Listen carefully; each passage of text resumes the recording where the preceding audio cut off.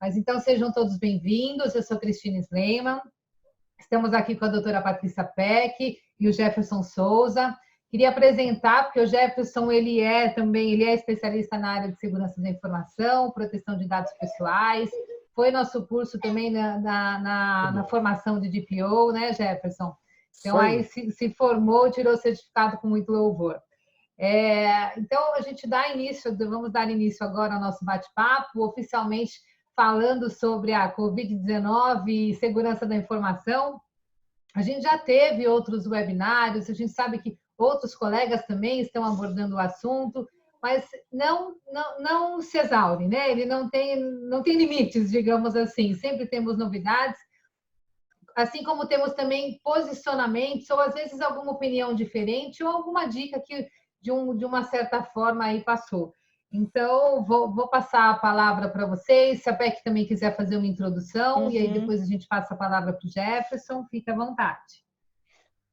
Assim, acho que a minha introdução é mais estar aqui para dar apoio, não só o apoio intelectual, emocional, né, para o Jefferson, mas como vamos falar de segurança, né? Acho que essa temática veio bem à tona, estamos com muitos exemplos aí, de todos os tipos, né? Desde tema que vai de teletrabalho, a questão da monitoração que está ocorrendo por conta do isolamento social, a discussão do uso das ferramentas digitais, como a do Zoom, o aumento do risco de vazamento, ou seja, eu acho que é uma temática muito atual para estarmos tratando, aos golpes que aumentaram na internet, com o tema de coronavírus, as fake news, quer dizer, eu acho que se deixar tem pano para manga aqui para a gente falar desse assunto com todos. Acho que é legal o Jefferson colocar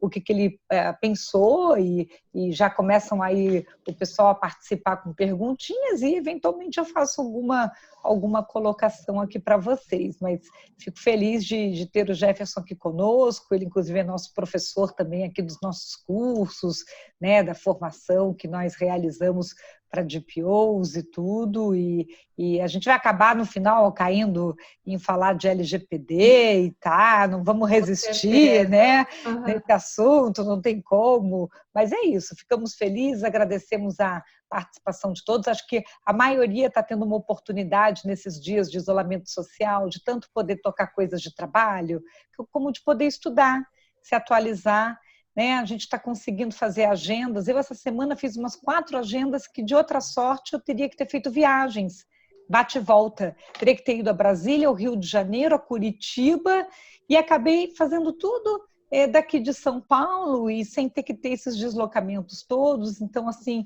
os dias têm sido intensos, muito trabalho, mas rendendo, né? A gente está vivendo uma rotina diferente. Então, no final, você acaba estando mais em casa, junto com seus livros, porque eu não saio carregando esses livros todos por aí, né? Apesar de eu usar o Kindle mas às vezes você está tão cansado, aquela coisa de aeroporto, e fica só olhando notícia rápida, que dá às vezes para dar uma pausa, né? E 30 minutos hoje dá para você ler um artigo enorme da Harvard Business Review então a gente está conseguindo assistir webs, eu estou assistindo webs de outros colegas, né, Cris, e estudar. Então, até para quem quer fazer alguma prova de certificação, quer dizer, tomar proveito, eu gosto muito de dizer, né, fazer do limão a limonada, né, a gente usar esse período para estudar também, né, se atualizar.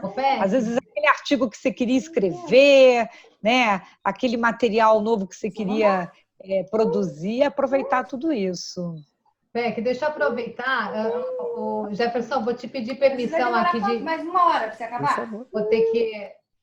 Ponto, consegui mutar. Tem uma pergunta aqui que eu já vou passar para a Patrícia antes de você entrar no assunto de segurança da informação, até porque ela vai sair mais cedo. Mas já estão perguntando aqui, olha, como está o avanço da política do Brasil em termos de uso e aplicação da inteligência artificial? Então, né? Olha que curioso, né? Nós estamos com os projetos de lei de inteligência artificial tramitando. Temos, inclusive, o 21 de 2020, que é do começo desse ano. Tem os do ano passado também. Depois eu vou escrever aqui no chat para todo mundo ter. Eu pego aqui rapidinho enquanto que o Jefferson está falando.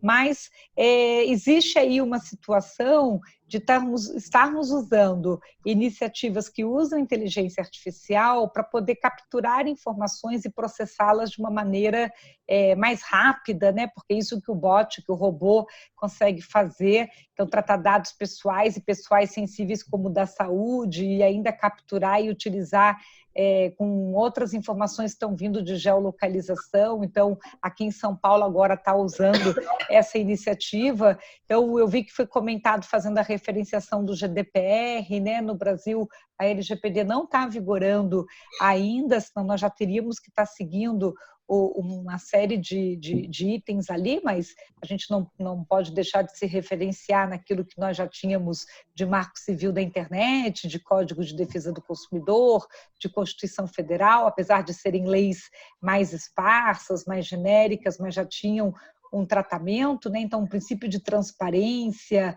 né?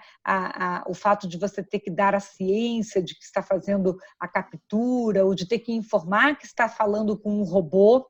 Eu mesma postei no meu LinkedIn esse assunto que está ficando cada vez mais polêmico, do robô ficar ligando para sua casa ou ficar ligando para o seu celular, e agora parece que, como a gente está mais acessível nesse sentido do isolamento, os robôs não param de ligar, né? Ou seja, e a questão que é prevista no CDC do desassossego, né, da incomodação, né, dessa insistência, muitas vezes. Então, teve até iniciativa aí do Instituto de Defesa do Consumidor, do IDC, de entrar com um pedido para que a Anatel regulamentasse essa utilização de robôs fazendo ligações, só que isso não andou, não evoluiu. Aí se solicitou que então as pessoas reclamassem para que isso pudesse virar algo que evoluísse para uma regulamentação, porque tudo que tem abuso, né, gente, a gente acaba tendo que regrar. E, infelizmente, aquele que abusa prejudica até o próprio mercado, porque vai gerando uma antipatia do uso da tecnologia, e aí depois até quem está usando certo fica com um problema de utilização. Então, o que a gente está vendo com a inteligência artificial é que a gente está dando passos largos na tecnologia. Só que aí a gente estava falando sobre ética, né? A gente acabou de falar sobre valores e tal. Então, se a gente não faz um uso com certos limites, de um bom senso, acaba que fica sendo necessário gerar uma regra, um guideline, uma regulamentação. Melhor seria se viesse soft law, que é a melhor prática de mercado, do que a gente toda hora tem que ficar dependendo no Brasil de ter que fazer uma lei para ficar limitando as condutas. Mas eu até posso, deixa eu até ver se está aqui aberto, deixa eu ver aqui, não, acho que não está. Mas o Jefferson vai falando, eu coloco aqui para vocês no chat, mas já aviso que no dia 20 de abril eu vou participar, vai ter uma web só de inteligência artificial com a E2AI. A E2AI, no dia 20 de abril, para quem não vai viajar, né? Acho que a gente vai ficar isolado até o dia 22, pelo menos, às 8 da manhã, então tem que acordar cedinho, mas vou participar. Eles estão fazendo uma maratona de inteligência artificial, e eles são uma instituição, a Associação Internacional de Inteligência Artificial Brasileira, criada aí pelo Alexandre Del Rey. Então, para quem se interessa muito pelo assunto, acessa o site deles e está lá toda a divulgação, tá? Ei, Jefferson, a palavra é sua. Duas mulheres junto, olha só, coitado. Viu onde eu vim me meter? Primeiramente, gente, é uma honra estar aqui no meio de duas notoriedades aí no campo do direito digital, né? Então, quando a gente fala aí de empoderamento feminino, principalmente nesse setor, olha, estamos aí diante de doutora Patrícia Peck, doutora Cristina Sleiman, então eu fico muito honrado de poder estar junto com vocês, né? Já tive na cadeira de aluno, já tive na cadeira de parceiro, de profissional, já tive na cadeira de contratante de serviços de vocês, então é engraçado nesse mundo corporativo, né? Como a gente quando tem pessoas bem referenciadas no mercado, como a gente se cruza e a gente vira, mexe, troca os chapéus, né? Eu acho que assim, gente, primeiramente também agradecer aí os participantes aí que atenderam aí o convite da gente estar aqui compartilhando o nosso conhecimento. Eu acho que nesse momento de isolamento social físico, o que a gente mais tem aproveitado é compartilhar conhecimento, né? Nunca vimos tantos movimentos de várias entidades, parceiros aí, que têm promovido webinários de forma que, mesmo estando longe fisicamente, no mundo virtual estamos cada vez mais conectados. Acho que isso aí já mostra uma mudança de paradigma, que é o que vai falar sobre um dos pontos que a gente vai discutir ainda nesse webinar, que é sobre a transformação digital, que veio meio que a Forceps, né? Nasceu a Forceps baseada não porque as pessoas entenderam a necessidade, não porque, de certa forma, a sociedade viu que havia oportunidades com tecnologias que já estão aí disponíveis há muito tempo, mas em função, infelizmente, de uma pandemia, né, de uma doença que nos forçou a estarmos hoje isolados fisicamente. Mas foi muito interessante, a PEC passou até um assunto falando aí sobre a questão da ética, né? E aí eu gostaria de começar um pouco a minha fala falando que em momentos de pandemia, né, em momentos de Covid-19, já tivemos outras pandemias aqui, né? Já tivemos o caso do H1N1, mas nada que fosse assim tão forte, tão premente como o que estamos vivenciando hoje, né? Talvez quem passou pelo período de peste negra tenha vivenciado algo tão terrível, né? Mas digamos que de 50 anos para cá nós não tivemos grandes casos assim que forçassem isso, né? Talvez o caso da malária muito lá no princípio ainda, né? Quando tiveram até que forçar as campanhas de vacinação. Mas eu acho que o ponto que a gente fala num primeiro momento onde que a gente é forçado a sair do nosso estado natural. O que era o nosso estado natural, né? Poder sair, andar, ir aos escritórios, interagir, ir no shopping, ir passear, a gente já se vê obrigado a ter que mudar a nossa rotina, mudar a nossa forma de pensar, mudar o nosso mindset, mudar o nosso comportamento. E aí vem o ponto crucial. O ser humano, toda vez que ele é forçado a mudar o comportamento, é um trauma. É um trauma quando a gente nasce, é um trauma quando a gente vai ter que começar a andar, quando a gente começa a falar, é um trauma a primeira vez que você vai fazer uma grande exposição, numa palestra, quando você vai falar frente a uma diretoria, é um trauma quando você vai, às vezes, declarar o seu amor, pedir alguém em casamento, né? É um trauma quando você pensa, poxa, eu vou ser pai, vou ser mãe, agora eu sou responsável por uma vida. Então, tudo isso faz com que as pessoas tenham que mudar a sua forma de pensar. E dependendo das condições que ela possui, isso tende a ser um trauma maior ou menor. E aí é onde vai aquela linha tênue entre você sair de um ponto de solidariedade para um ponto de egoísmo. Ou seja, aqueles que têm mais conforto, que têm mais recursos, elas costumam ter maior facilidade de se adaptar e maior condição de poder receber isso. Óbvio, não é uma regra total binária, mas a grande maioria das pessoas conseguem fazer isso. Entretanto, aquelas quando elas estão sobre o limiar, ou seja, o limite das condições dela, são poucas aquelas que conseguem dar a volta por cima e se reinventar e não ceder a um caso de depressão, a um caso de desespero, ou um caso até de cometer um delito em prol da sua própria sobrevivência ou da sobrevivência dos seus entes queridos, sabendo que isso seria moralmente errado, inadequado, né? E aí é onde a gente começa vendo também as questões de fake news. Hoje a gente está sendo cada vez mais bombardeado por fake news. O fake news ele se popularizou muito mais através da adesão, né, das redes sociais, né, das mídias sociais, onde a gente democratizou a comunicação e passamos de um ponto onde eu não preciso mais assistir a um jornal ou ler uma revista sobre política, eu não preciso assistir o Jornal Nacional, eu não preciso acompanhar o Fantástico no domingo à noite, eu não preciso... por quê? Porque eu consigo hoje, a informação ela chega a mim, e chega às vezes até como parecendo um spam, né? Vem de tudo quanto é lado. E o problema todo nosso hoje não é a falta de informação, é o excesso de informação. E esse excesso de informação é onde a gente tem a maior dificuldade hoje de ter o discernimento entre decidir o que é fato e o que é fake. E aí, o que leva o ser humano, principalmente em tempo de pandemia, ou seja, o que agrava momentos como esse que nós estamos vivendo, é que como a gente começa a reagir mais instintivamente do que racionalmente, a gente deixa se levar por nossas emoções. E aí, em vez de eu utilizar uma análise crítica, eu vou utilizar uma análise empática. Empática em que sentido? Eu vou tentar me identificar com aquela situação. Então, se por acaso aquela mensagem ela vem de encontro direto com os meus valores, com algo que eu acredito, independente dela ser verdade ou mentira, eu já de cara vou considerá-la como verdadeira. O outro ponto também que acaba trazendo essa credibilidade de muitas vezes mensagens que de fato não refletem a sua realidade em momento de pandemia, é o fato da credibilidade que a gente tem sobre a pessoa que nos passou, sem saber exatamente como ela também recebeu essa informação.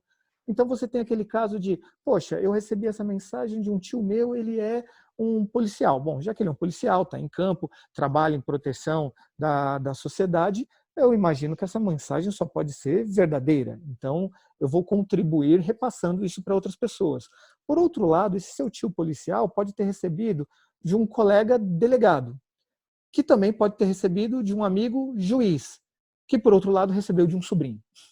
Então, vão percebendo que quando a gente vai construindo todo um cenário de contexto, nem sempre tudo aquilo que chega ao nosso conhecimento é verdade. E aí, mesmo tendo canais oficiais, que antigamente eram os únicos canais que nós tínhamos para buscar informação, a gente não tenta validar. Então, em momento de pânico, em momento de pandemia, a gente primeiro manda, né? A gente fala que é o dedinho nervoso, né? O cara não vê a hora de fazer um clique, fazer um recompartilhar.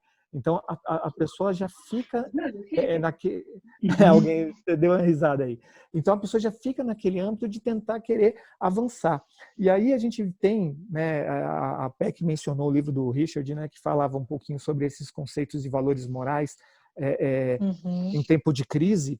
E eu acho que o importante é a gente perceber, em tempo de crise, aonde está aquela historinha do anjinho e do diabinho, né? O quanto a gente tende a ir para um lado ou ir para o outro, né? E isso é muito aplicado de maneira lúdica, seja em filmes, animações e desenhos, né? Já no filme do Pinóquio, né? A gente já via que ele tinha um grilo falante que tentava ser o quê? A voz da consciência, a voz da razão. Ou seja, mesmo naquele momento de emoção, né, que um boneco de madeira querendo se tornar gente, né, o quanto ela queria de fato vivenciar, ter uma vida plena, se tornar um menino de verdade, vivenciar as coisas de maneira mais intensa e o quanto ele cedia às vezes à emoção. Lembrando que naquele momento ele estava sendo muito mais humano do que se imaginava, porque é humano a gente ceder aos nossos impulsos, né? Uma coisa interessante que a gente vê também em esse período de isolamento forçado, ele é mais traumático também, principalmente para quem vive sozinho, né? Sozinho que eu digo, quando é uma única pessoa que mora em casa. Então, você imagina que você tem, às vezes, o seu pai, sua mãe, um irmão, uma filha, ou seja, você tem várias pessoas para conversar. Mesmo que você esteja isolado de outras pessoas da sociedade, você está em contato direto com algumas pessoas. Agora, aquela pessoa que é solteira, aquela pessoa que muitas vezes saiu do lar dos familiares, às vezes veio trabalhar numa outra cidade, aí está morando ali num apartamento sozinho, como é para essa pessoa ficar o dia inteiro, né, às vezes só recebendo notícia ou tendo interação através de uma tela, né, ou através de ligações? A tecnologia nos aproximou de alguma maneira, mas o ser humano, ele não foi feito para ficar muito tempo, principalmente os latinos, que são muito carinhosos, muito próximos, sem ter contato físico. E aí a gente pode lembrar um pouco do filme Náufrago, né, onde o ator principal, né, o Tom Hanks, chegou a um momento que naquela ilha ele teve que se identificar com alguém com quem ele pudesse trocar ideia e até para que ele não perdesse um pouco da sanidade dele e pudesse começar a questionar um pouco o que era razão perto do que era emoção. E nesses tempos de isolamento, o quanto nós também buscamos ter o o nosso discernimento, né? Onde a gente busca o nosso apoio. Eu aqui tenho o meu amigo, o Virso. O Virso tem... Wilson. Não, esse é o Virso, é o primo pobre do O Brasil. Wilson, Esse é o Virso, entendi. tá? O Wilson era o primo rico, né, que conseguiu ir lá para os Estados Unidos, né, e constituir uma vida em Hollywood, né? O Virso não, o Virso ele é mais humilde, ele está aqui, ele ainda é tímido, muito calado, introspectivo, mas é importante de vez em quando a gente saber o quanto a gente precisa contar às vezes com o apoio de alguém para ser o nosso grilo falante. E Jefferson, aí vou fazer aqui uma contribuição, posso? Pode, por favor. A gente entra bem na questão voltada à segurança da informação. No início, a gente tem tanto o aspecto técnico quanto o comportamental, né? A gente sabe que a maior vulnerabilidade está no ser humano. Esse cenário todo, esse isolamento e essa carência, às vezes, do ser humano, ele acaba aumentando a vulnerabilidade para cair em golpes, para deixar a própria máquina vulnerável para um acesso indevido ou para algum vazamento de informação, né? Com certeza, Cris. A gente entrou nesse aspecto humano, né, para mostrar o quanto nós somos suscetíveis a uma série de mudanças em relação a um cenário, e obviamente que dentro desse cenário você sempre vai ter alguém que vai se aproveitar.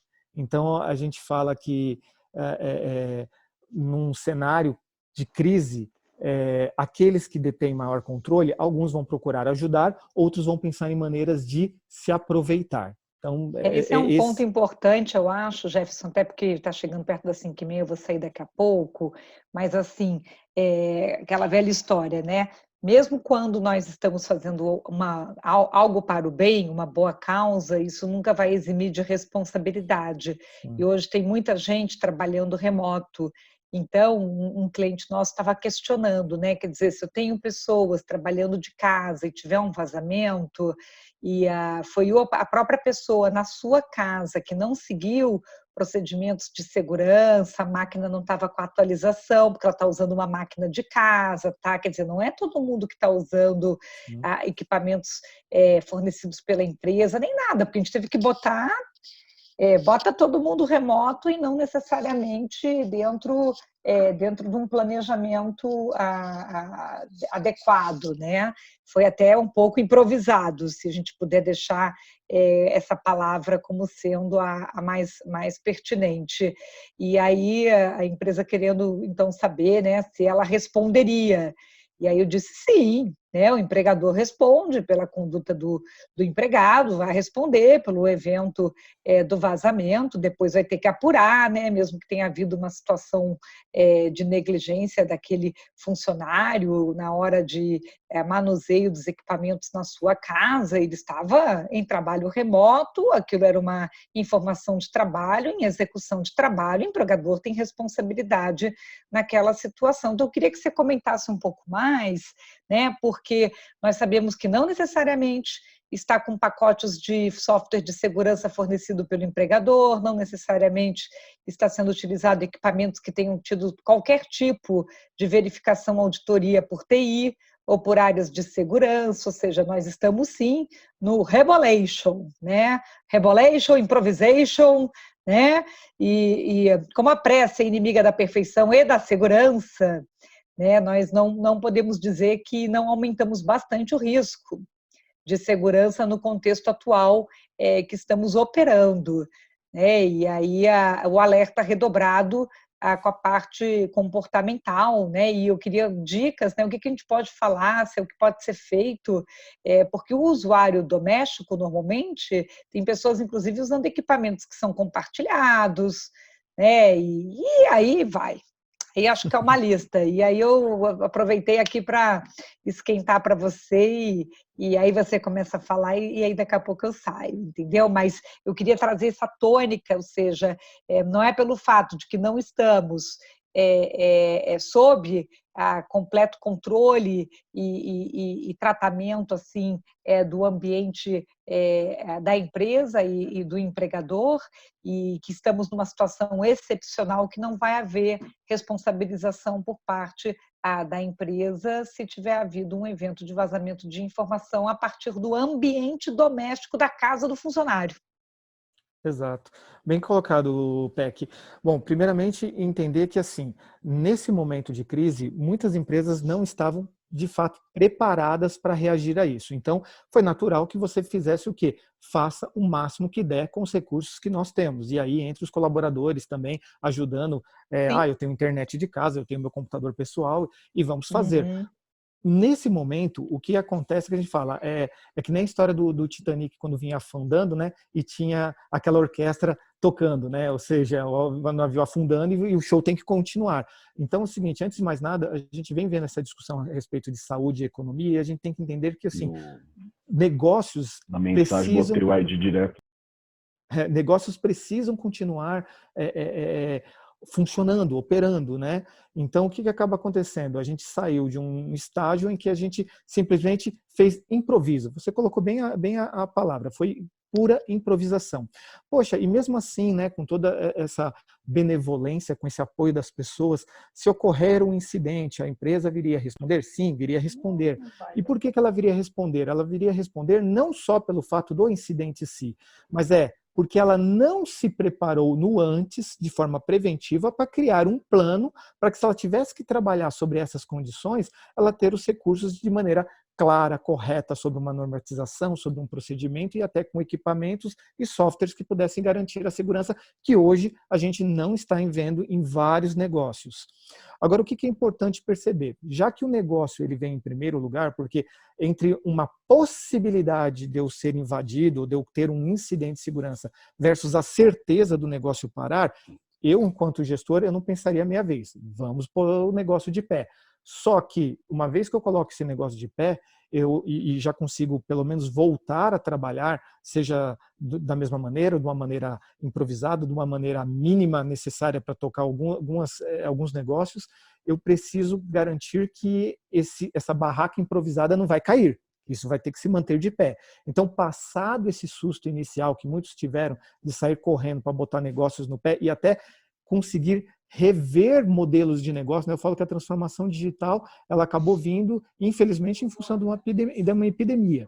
Mas agora está todo mundo sabendo como trabalhar remoto e foi incrível, né? Como o ser humano se adaptou rápido. Foram apenas 2 semanas para que houvesse a adoção da transformação digital por empresas que eram muito radicais no sentido de permitir que seus funcionários trabalhassem remotamente. Então você vê que isso mudou drasticamente, seja pela necessidade ou seja porque depois de 2 semanas eles viram esse resultado.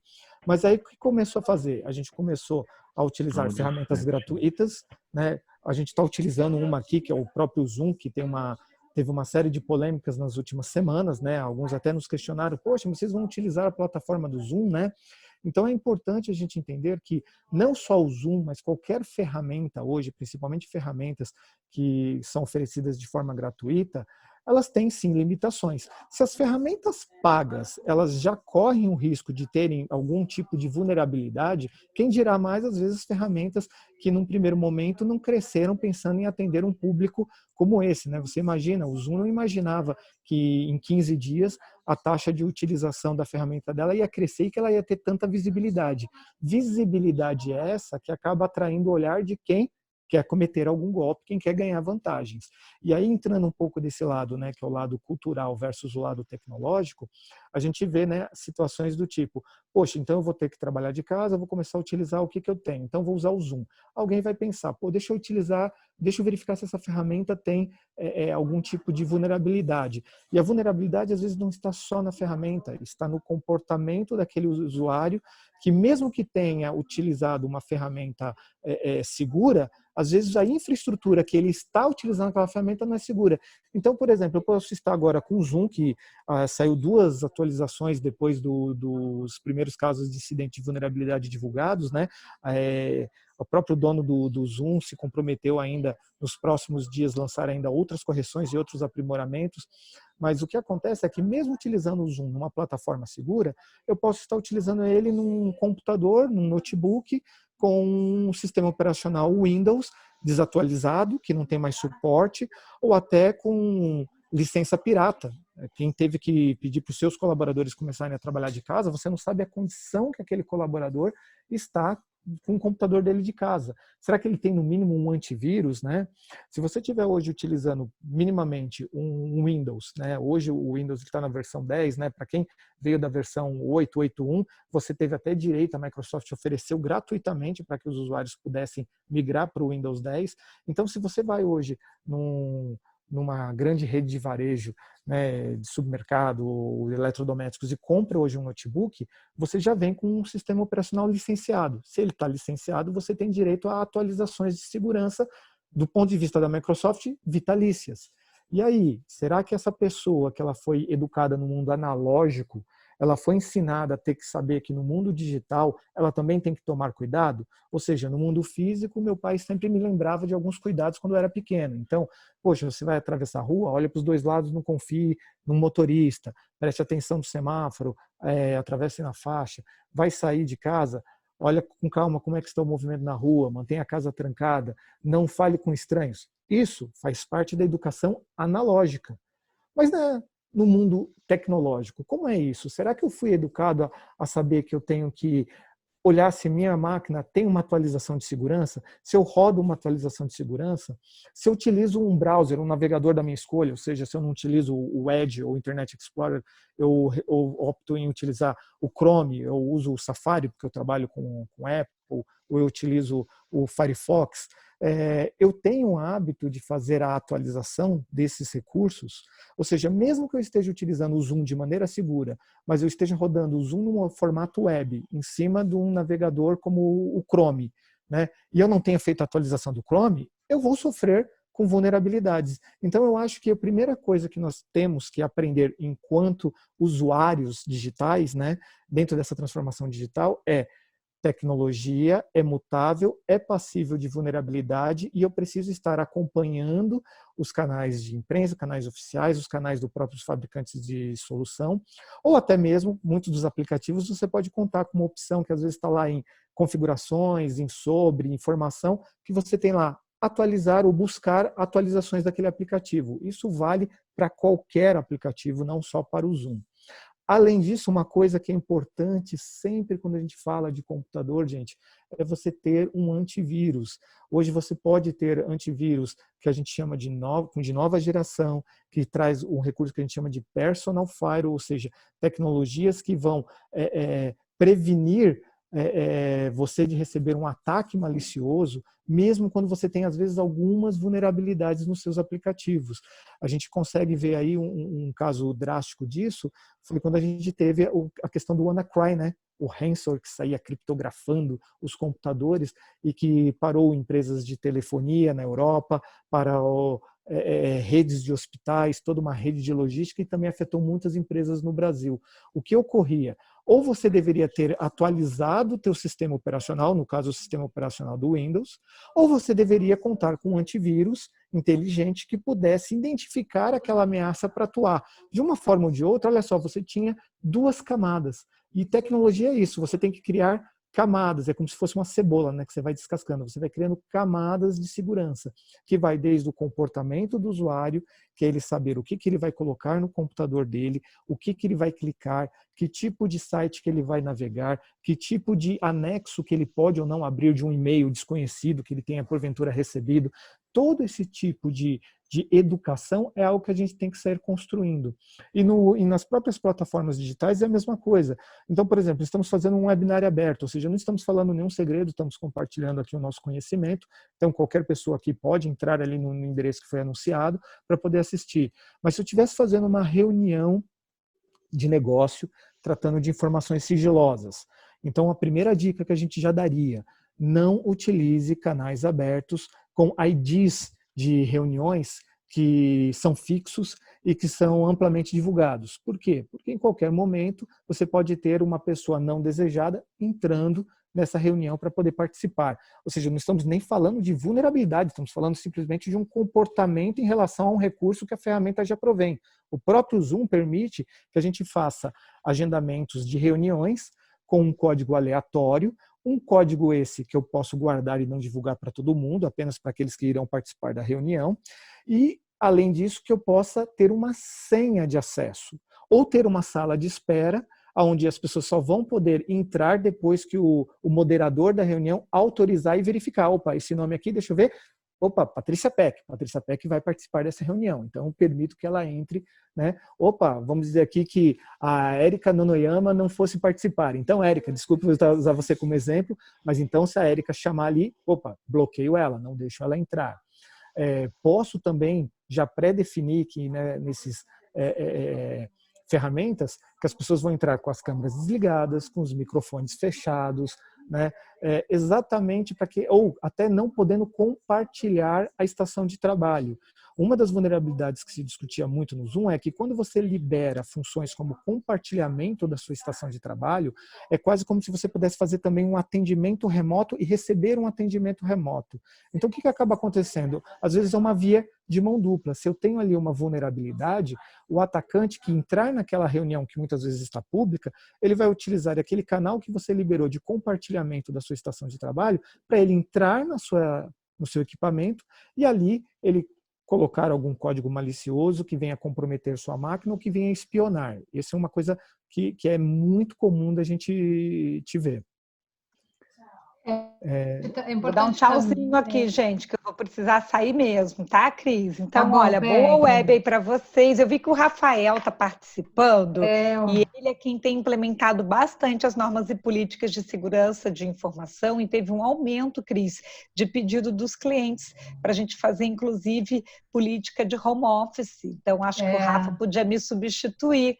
Cadê o Rafa? Rafa, aparece aqui, apareça. Eu ia entrar nesse mérito. É o Rafa Siqueira, né? É o Rafa Siqueira, ele está aqui, eu vi que ele tinha dado uma entradinha, de repente, se ele estiver aí ainda, não sei se ele já saiu para alguma outra coisa, ele estiver aí, ele pode... Oi, Rafa, aproveita que eu vou precisar sair, aí você entra aqui para dar um apoio aqui para a Cristina, tá bom? Então, um beijo para todos. Obrigada, Peck. Tchau. Então, a importância que eu ia falar agora era justamente isso, da necessidade. É bem bacana a gente passar as dicas para as pessoas, né, que estão fazendo home office, mas a importância também das empresas estabelecerem as regras e passarem essas orientações para os colaboradores, né?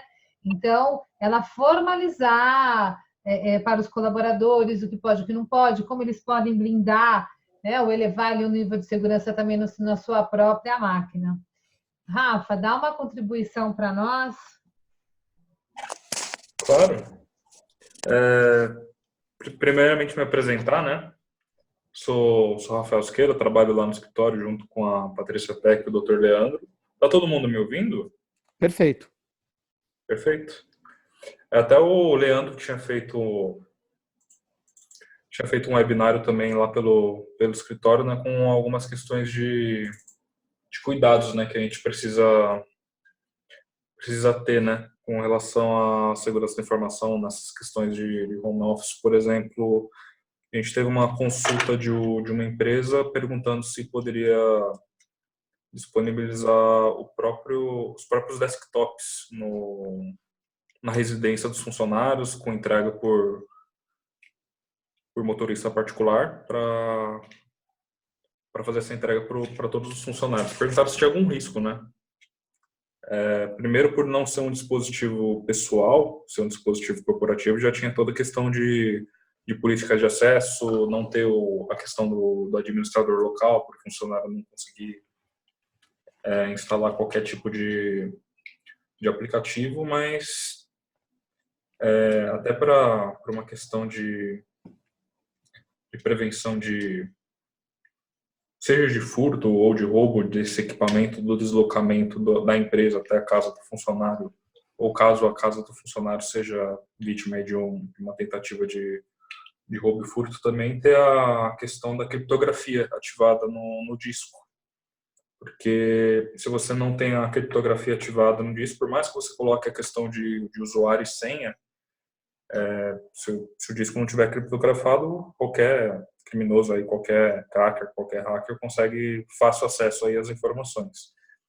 Primeiro, essa questão de criptografia de disco. Acho que faz sentido, né? E tem muita ferramenta gratuita também que permite essa questão da criptografia. Deixa um pouco mais lenta a máquina na inicialização, mas é um ponto que muita empresa não se adequa, assim, principalmente em relação a essas questões de mobilidade. Perfeito, Rafa. Eu acho que está correto. Eu acho que começou muito com a questão assim, né, de uma análise de gestão de riscos, né?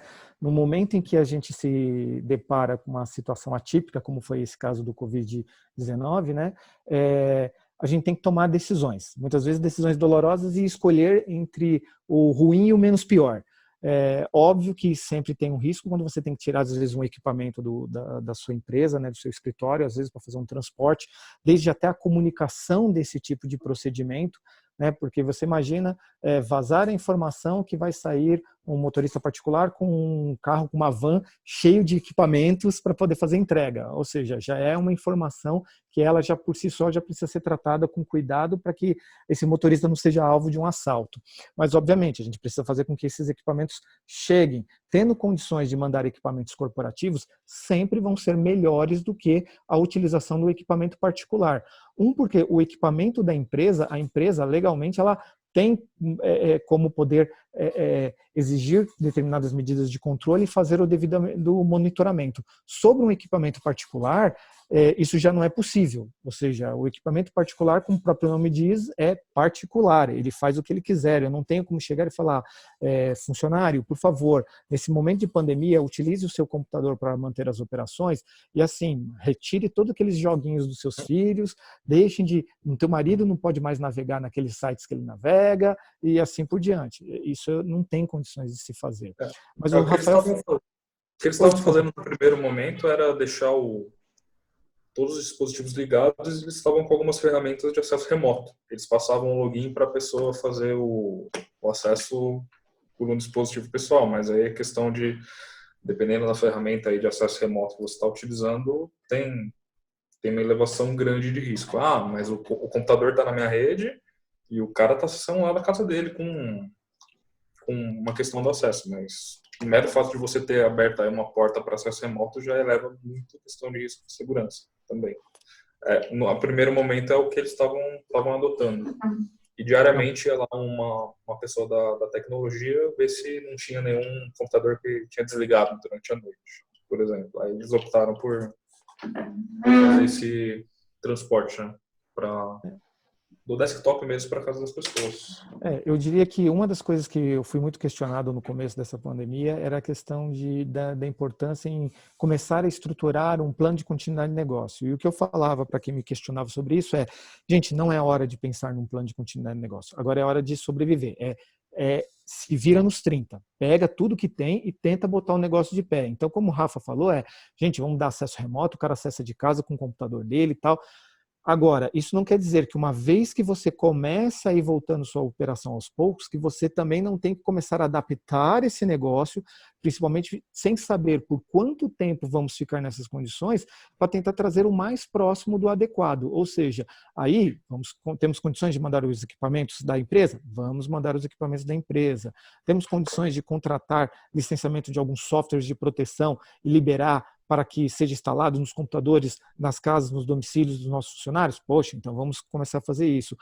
Eu nunca tive uma política específica sobre comportamento e bom uso em trabalho remoto. Poxa, então vamos lá sentar com os nossos parceiros, advogados, consultores, vamos lá redigir uma norma e vamos começar a repassar isso para os nossos funcionários. Poxa, o meu funcionário nunca se preocupou muito com segurança, ou a empresa não tinha essa cultura de segurança muito enraizada. Então vamos pegar o pessoal de RH, agora que o pessoal já está conseguindo se conectar com a empresa, vamos ali fazer pequenos workshops, né, com exercícios orientando eles sobre cuidados que eles podem tomar na casa deles. Ou seja, você tem que começar a retomar uma rotina. E aí, com base nessa experiência, é que você vai chegar a um estágio em que você, de fato, vai retomar a sua governança e as suas políticas de segurança de uma maneira diferente do que você estava acostumado, mas de uma maneira que ela possa se tornar mais efetiva.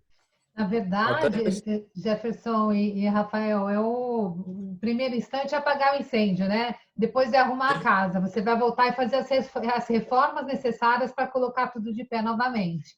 Então, como a Patrícia colocou, não se exime de responsabilidade. O fato da ocorrência, o momento de pandemia, não exime de responsabilidade jurídica. Então, a gente faz o que tem que ser feito, mas depois arruma a casa para o quê? Tentar achar o equilíbrio. E a gente fala que às vezes casa de ferreiro espeta de pau, né? Eu sempre conto um caso para os meus alunos. Quando eu estava construindo minha casa, quase no final, eu estava montando ali um lavabo e tinha aquela torneira monocomando, né, que entrava tanto água quente como água fria. Só que na hora que foi ligar a água quente, que coisa linda aí, seu filho, né, Cris?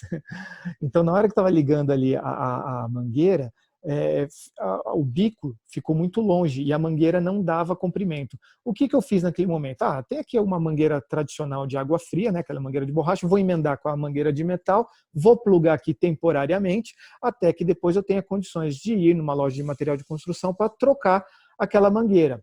Coisa que, obviamente, eu não fiz. E aí, o que aconteceu depois de alguns bons tempos, né? Eu já nem lembrava mais daquela mangueira, né? Depois de 2 anos, aquela mangueira derreteu com a água quente, rompeu, e aí desceu a água do meu boiler e acabou inundando minha sala. Minha sala era piso laminado, então não preciso nem dizer o que aconteceu com o piso laminado, o tamanho do prejuízo. E é isso que a gente começa a falar agora para os empresários. Tudo bem, agora é o momento do se vira nos 30, vamos apagar o incêndio. Agora que eu já apaguei, a princípio, o foco do incêndio, o que eu estou fazendo para manter esse negócio resiliente, para que eu não fique muito tempo nesse cenário de maior exposição de vulnerabilidade que fomos obrigados a criar para retomar o negócio. Por quê? Porque tem algumas empresas que acham que, poxa, isso aqui funcionou, eu vou tocar, eu vou desse jeito. Aí é a mangueirinha que eu coloquei e resolveu o meu problema. E aí, se ele se esquecer disso, lá na frente ele vai ser impactado por algum incidente e ele vai ser vítima de algum ataque. Quer falar também sobre isso, Rafa? Sim. Na verdade, eu ia tocar num outro ponto também, mas muito interessante a reflexão. Até uma questão de um ponto mais técnico. Até comentando esse caso real do nosso cliente que perguntou, mas o dispositivo sendo corporativo já vou estar totalmente mais seguro, né? Mas às vezes muitas vezes tanto o empregador como o funcionário, eles se esquecem da própria questão da configuração da rede sem fio. Que 90%, eu acho que das casas estão com aquela questão do padrão, que é aquele root e a senha admin. Admin. Admin. Até um colega meu entrou recentemente numa empresa, todo mundo foi colocado em home office forçado, né? Ele fez um comunicado, disparou para todo mundo da empresa, ensinando, né, como que fazia essa troca da senha, a própria questão de você desabilitar algumas funções padrão do roteador também. Às vezes é um ponto que acaba passando batido, né? Uhum. Gente, muito importante, inclusive, o Sérgio... Oi, desculpa, Cris. Imagina, eu só queria colocar, porque a gente vai ter que finalizar às 18 horas. Tem um outro evento aqui do Zoom também agendado. Tem 3 comentários aqui que eu queria colocar para vocês que tem algumas dúvidas, tá bom? Uma pergunta curiosa: como está o avanço do uso e desenvolvimento do blockchain para questões relacionadas à privacidade de dados com GDPR e outras leis? Aí eu passei essa, mas eu vou ler a próxima, porque as 2 próximas têm mais a ver com o assunto que vocês estão falando agora, e a gente deixa essa por último, tá bom?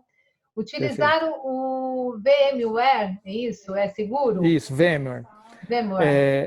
Sim, o VMware hoje é uma das maiores soluções de virtualização de servidores e estações de trabalho, né? Muitas empresas que já possuíam esse recurso já o adotavam pontualmente para acesso remoto e agora começaram a adotar massivamente. O VMware, ele é interessante porque você cria dentro do seu ambiente computacional o que a gente chama de uma estação de trabalho virtual.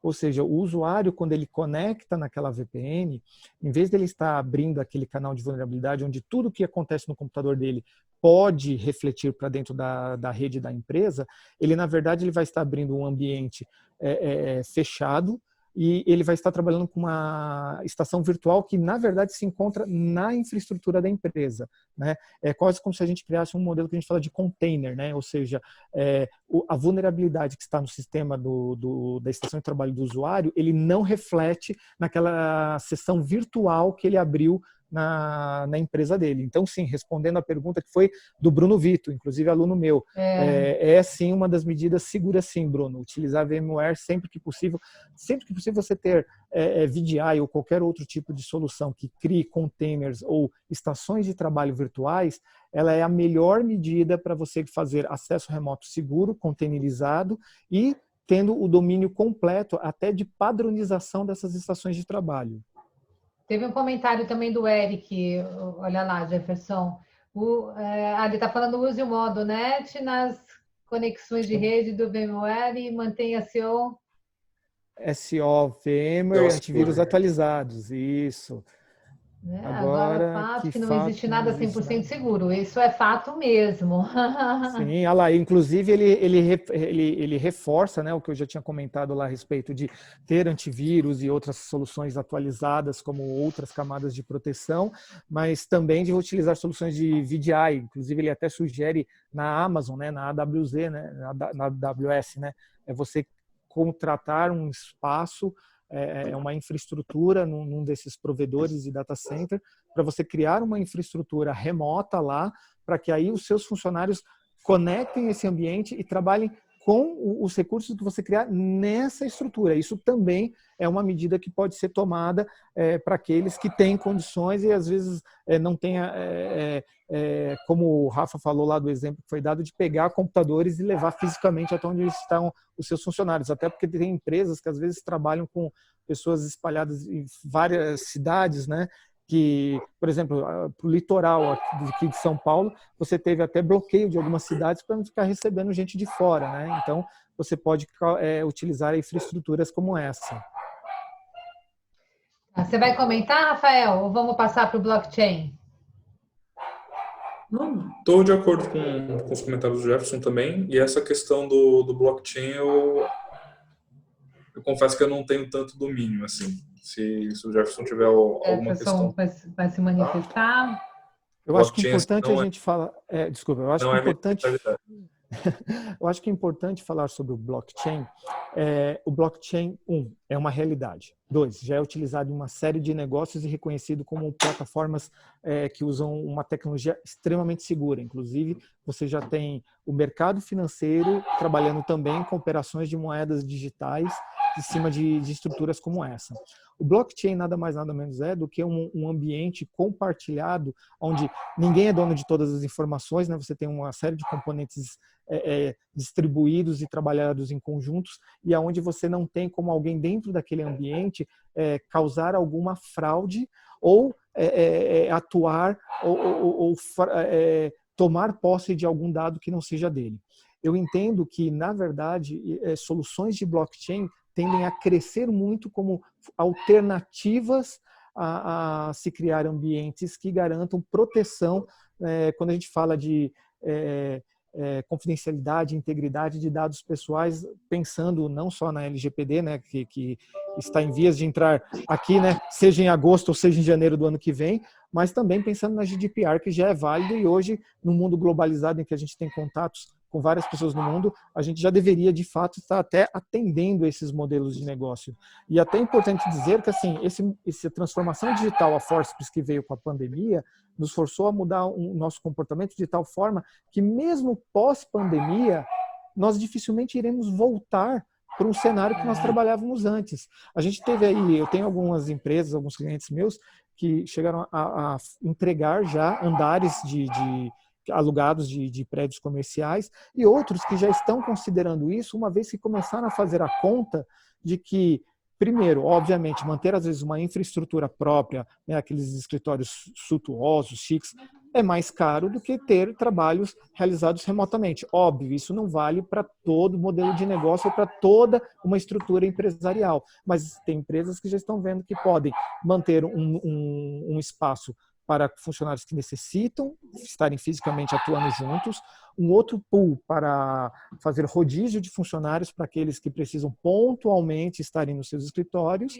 e os demais trabalham de forma remotamente, até porque uma das disciplinas de gestão de projeto que falam sobre métodos ágeis, né, o próprio Scrum, já define aí equipes de trabalho multidisciplinares que trabalham cada pessoa de um lugar do planeta. Você tem aí filmes, grandes produções hollywoodianas, onde os efeitos especiais são produzidos por equipes espalhadas ao longo do mundo, ou seja, cada um está de um lugar e nem sempre está no escritório, a pessoa às vezes está da sua casa. Uhum. Gente, vamos precisar então finalizar, que estamos bem no horário. Eu vou aproveitar aqui que nós estamos à distância, então eu já peço autorização de uso de imagem, Jefferson e Rafael, para que a gente possa deixar esse webinário disponível no nosso canal do YouTube, tá bom? Ok para vocês? Perfeito. Autorizado? Para nós, ok. O Virso também manda avisar que da parte dele okay. também está tudo tranquilo. Então, okay? Tá bom. Gente, pessoal, olha, então esse webinário, assim como os demais, estarão disponíveis no nosso canal do YouTube, PEC Sleiman Edu, tá bom? Só fazer uma busca que ele vai aparecer para vocês lá. Muito obrigada pela participação, todos aqui presentes. Agradeço o Jefferson por aceitar o nosso convite e agradeço o Rafael também aqui para entrar, para nos apoiar, para estar com a gente aqui nessa discussão. Bom? Obrigada, gente. Obrigada.